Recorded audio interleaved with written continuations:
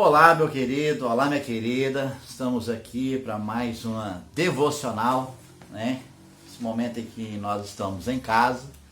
E esse momento é um momento para mim especial que eu quero falar para você, pastor, para você, evangelista, para você, presbítero, para você que é dirigente de uma igreja, para você que dedica o seu tempo, né, a pregar a palavra, dedica o seu tempo a visitar, né, os entes queridos, os familiares, também os irmãos em Cristo, o povo da igreja.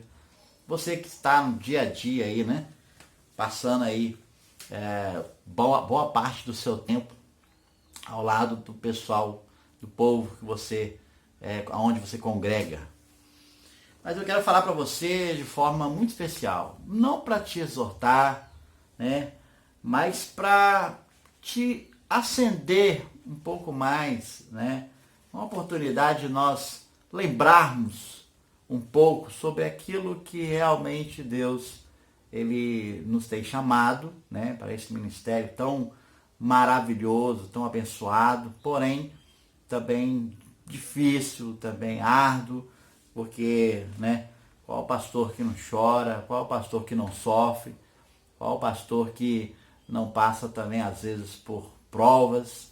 E nesse momento agora, eu quero compartilhar com você, meu querido, você minha querida, o livro de Gênesis, capítulo 41, a partir do versículo 15, né, naquela grande história maravilhosa do nosso querido José, ali no Egito, que fez aquela descoberta, né, vamos dizer assim, através daquilo que Deus tem na vida dele, fez aquela revelação, daquele sonho, aquele grande sonho que teve Faraó. Então, através do Senhor, José falou ali a revelação, através do sonho que Faraó teve. Então, vamos ler a palavra do Senhor, diz assim: Então o Faraó dirigiu a palavra a José e declarou: Eu tive sonhos que ninguém consegue interpretar. Entretanto, ouvi dizer de ti que quando ouves qualquer sonho podes decifrá-lo. Contudo, José disse ao Faraó: Quem sou eu? É Deus quem dará ao Faraó uma grande oportunidade ou uma resposta favorável. Então Faraó contou a José o que sonhara. Em meu sonho, parecia-me estar em pé na margem do Nilo. Eis que subiam do Nilo 7 vacas bem alimentadas e de bela aparência, que começavam a pastar entre os juncos. No entanto, eis que outras 7 vacas emergiram logo depois delas, exaustas, de aparência feia e mal alimentadas. Jamais vi animais tão debilitados em terra do Egito. As vacas magras e feias devoraram as 7 primeiras, as vacas gordas. Mesmo depois que as devoraram, não demonstravam qualquer benefício em tê-las devorado. Portanto, sua aparência continuava tão extenuada e feia quanto no início. Então acordei. Mais tarde voltei a sonhar e vi 7 espigas de cereal, cheias e saudáveis, que cresciam no mesmo pé. Depois delas brotaram outras 7 espigas, murchas e mirradas, ressequidas, que pelo sol extenuante e o vento do leste, as espigas magras engoliram as 7 espigas boas. Contei isso a todos os magos e adivinhos do Egito, mas ninguém foi capaz de esclarecer-me. Então José explicou ao rei: em verdade, Faraó teve um único sonho, pois ambos têm o mesmo sentido ou significado. Deus anunciou a Faraó o que ele vai realizar proximamente. As 7 vacas belas e gordas significam 7 anos, assim como as 7 espigas saudáveis e cheias representam 7 anos. É um só o sonho. Portanto, as 7 vacas feias e magras que sobem em seguida simbolizavam 7 anos também. E as 7 espigas mirradas e queimadas pelo sol e o vento oriental. É que haverá 7 anos de fome. É exatamente como eu anunciei ao Senhor. Aprove a Deus mostrar a Faraó aquilo que ele vai fazer proximamente. 7 anos vindouros de muita fartura chegarão e abençoarão toda a terra do Egito. Entretanto, em seguida virão 7 anos de fome. Então todo o tempo de abstância será esquecido. Portanto, a fome arruinará a terra. A fome que se abaterá depois dos anos será tão severa que o tempo de abundância não será mais lembrado sobre a terra. O sonho veio a Faraó 2 vezes para deixar claro que Deus já se decidiu por assim agir e se apressa em realizar o que determinou. Eu concluo, José, agora, portanto, que o Faraó escolha um homem inteligente e sábio e o estabeleça sobre toda a terra do Egito. Que o Faraó haja e institua funcionários supervisores na terra para recolher 1/5 da colheita do Egito durante os próximos 7 anos da fartura. Eles deverão reunir todos os viventes que puderem desses bons anos que virão e acumular estoques de trigo que, sob o controle do Faraó, serão armazenados nas cidades. Esse estoque servirá para reserva especial para os 7 anos de fome que se abaterão sobre o Egito, a fim de que a terra não seja aniquilada e o povo não morra de fome. Pois bem, então o versículo 37 também diz assim, queridos: a palavra e o plano de José agradaram a Faraó e a todos os seus sábios e conselheiros. E, portanto, o Faraó proclamou diante da sua corte oficiais: encontraremos um homem como este, em quem esteja o Espírito de Deus? Então Faraó declarou a José: visto que Deus te fez saber tudo isso, não há ninguém tão perspicaz e sábio como tu em nossas terras. Tu serás o administrador do meu palácio, e todo o meu povo se conformará às tuas ordens. Só no trono te precederei. E o Faraó disse mais a José: vê, eu te estabeleço sobre toda a terra do Egito. Essa palavra, para que os irmãos possam entender um pouco mais, eu acredito que a maioria dos que estão me ouvindo já pregaram e conhecem esse texto, né? Estou dizendo aqui para líderes, pastores, né? Eu que trabalho no Instituto Fiel, nós damos aula ali na parte de teologia, psicanálise também. E eu quero, mesmo que você de repente não tenha feito um seminário, não conheça essa hermenêutica, eu quero interpretar para você, meu querido, um pouco daquilo que está acontecendo nos nossos dias. E eu vejo muito nas redes sociais, até alguns líderes, relatando sobre a questão dos dízimos e das ofertas, que a igreja vai passar um pequeno aperto, né, porque muitas dívidas, salários pastorais, encargos, funcionários e a receita da igreja, tudo aquilo vai dar uma diminuída. Mas, querido, olha por outro lado. A Bíblia fala, né, se a gente for olhar e dar uma vasculhada aqui nos textos, você vai ver que no Salmo 37, no versículo 4, diz assim a palavra do Senhor: deleite-se no Senhor e Ele atenderá os desejos do seu coração. Confia no Senhor, se alegre no Senhor. É esse momento ao qual nós estamos passando que você realmente precisa ativar no seu coração a fé. Eu sei que você deve estar pensando, mas eu tenho meus filhos, eu estou preocupado com a minha família, com a minha esposa. Eu acredito nisso. Não só você, pastor, mas a liderança da igreja em geral. Mas olhe pelo outro lado. Quantas pessoas estão passando por tribulações, por tempestades, por provas? Quantas pessoas estão sofrendo nesse momento? Quantas pessoas não têm um alimento na sua casa? E a gente eu vejo situações na rede social em que até os líderes de igrejas grandes, igrejas conhecidas, até tradicionais, estão pedindo dízimo, pedindo oferta. Querido, presta atenção numa coisa.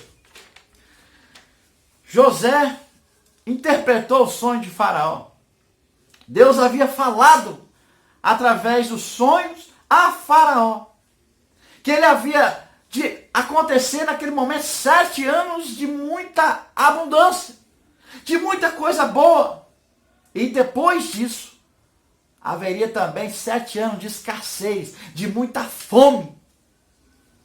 A igreja precisa se programar, ou ela precisava ter se programado, porque nós sabemos que na palavra de Deus diz que passaremos por dias difíceis na terra. Passaremos por dias difíceis. E por que a igreja não se prepara? Por que a igreja não tem um caixa? Não tinha ali um jeito de armazenar? Porque a igreja é lugar de mantimento do seu povo também. É lugar de matar a fome do povo. Não é lugar simplesmente de estar ali pedindo, não. A igreja precisa fazer a parte dela. Tem muitas famílias precisando de cesta básica. Muitas famílias precisando do Senhor. E eu volto à palavra a dizer, no Salmo 37, que nós estávamos lendo também, no versículo 25, diz assim: já fui jovem e agora sou velho, e nunca vi um justo desamparado, nem seus filhos mendigando o pão.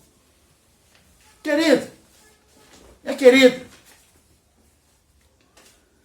em outro texto da palavra, Romanos capítulo 1, por exemplo, diz lá: porque nele sim descobre a justiça de Deus, de fé em fé, como está escrito, mas o justo viverá pela fé. Se você é justo, se você foi justo, é interessante, porque eu estou falando aqui para senhores e senhoras que têm os seus altares ali, suas tribunas, para falar da palavra. Quantas vezes pregaram a palavra? Quantas vezes falando sobre essa justiça? Quantas vezes falando que as pessoas devem ser justas? Quantas vezes falando que os crentes devem ser fiéis? Mas quando precisa agora usar essa fidelidade e usar essa justiça e ser justo, estão deixando a desejar? Queridos, meus queridos, vamos parar com isso. Vamos parar com isso. Já dizia uma canção, hipocrisia, eu quero uma para viver. Deus te chamou para ser o anjo da igreja, para cuidar da igreja, para zelar pela igreja. Não é simplesmente porque você vive da obra, eu acredito nisso, eu também sou obreiro. Não é porque você vive da obra que você agora vai passar a viver uma situação, às vezes até depressiva, vai entrar em colapso espiritual, vai ficar desanimado. Não desanime. É numa hora dessa que eu peço para você olhar pelos músicos da sua igreja também. Aqueles que estão no domingo lá, quando as igrejas estão lotadas, quando os seus bancos não tem lugar mais de colocar pessoas, e são os músicos que fazem louvor, se preparam também, ensaiam também. E muitos deles, talvez a grande maioria, fazem isso com amor, por amor à obra. Não recebem para estar na igreja. Fazem a obra por amor. São levitas, são músicos, são cantores, são coristas, que estão ali na igreja fazendo por amor. Chegou a hora que nós devemos também, como obreiros, fazer a obra do Senhor por amor. Olha o que diz Hebreus capítulo 10, versículo 38. Mas o justo viverá pela fé. E se ele recuar, a minha alma não tem prazer nele. Diz a palavra em Hebreus. E se ele recuar, a minha alma não tem prazer nele. Estou dizendo aqui para você, pastor, para você, líder. Está preocupado. De repente está fazendo lives e preparando. Você tem um grupo do WhatsApp da sua igreja, e preparando um culto na sua casa e fazendo tudo aquilo. Às vezes, fazendo o seu trabalho. Porque muitos entendem isso como um trabalho. Talvez você está preocupado com o alimento de casa, né? Está preocupado. Eu entendo a sua aflição, meu querido. Entendo o que você está passando. E por isso que eu estou aqui para te dizer isso. Eu sou psicanalista há 20 anos. Antes de estudar teologia. Depois fui estudar direito. Trabalho também na área da justiça. Defendendo causas do trânsito, defendendo recursos de multas, suspensão de carteira. Trabalho com a parte do INSS, a Previdência. Eu e mais alguns colegas no escritório. Mas eu entendo sua aflição porque durante muitos anos da minha vida, eu me dediquei à obra. Mas eu quero que você entenda. O justo viverá pela fé. O que é viver pela fé? Aquilo que nós pregamos durante os anos que nós estamos pastoreando. O justo viverá pela fé. Cadê a sua fé? Cadê a fé? Incentive a oração. Incentive a oração da sua igreja. Você está passando por um momento em o qual todos nós estamos passando. E muitos aí estão dizendo, estamos no mesmo barco. Não é o mesmo barco não, querido. Não é. Tem gente que está num barco bem pior que o seu. Tem gente que não tem nenhum barco. Tem gente que está nadando sem o barco. Não tem nenhum salva-vida. Então, o que se pode fazer nesse momento? O que se pode não é... Querido, nós estamos numa quarentena, ninguém está trabalhando. Está difícil para todo mundo. Está complicado.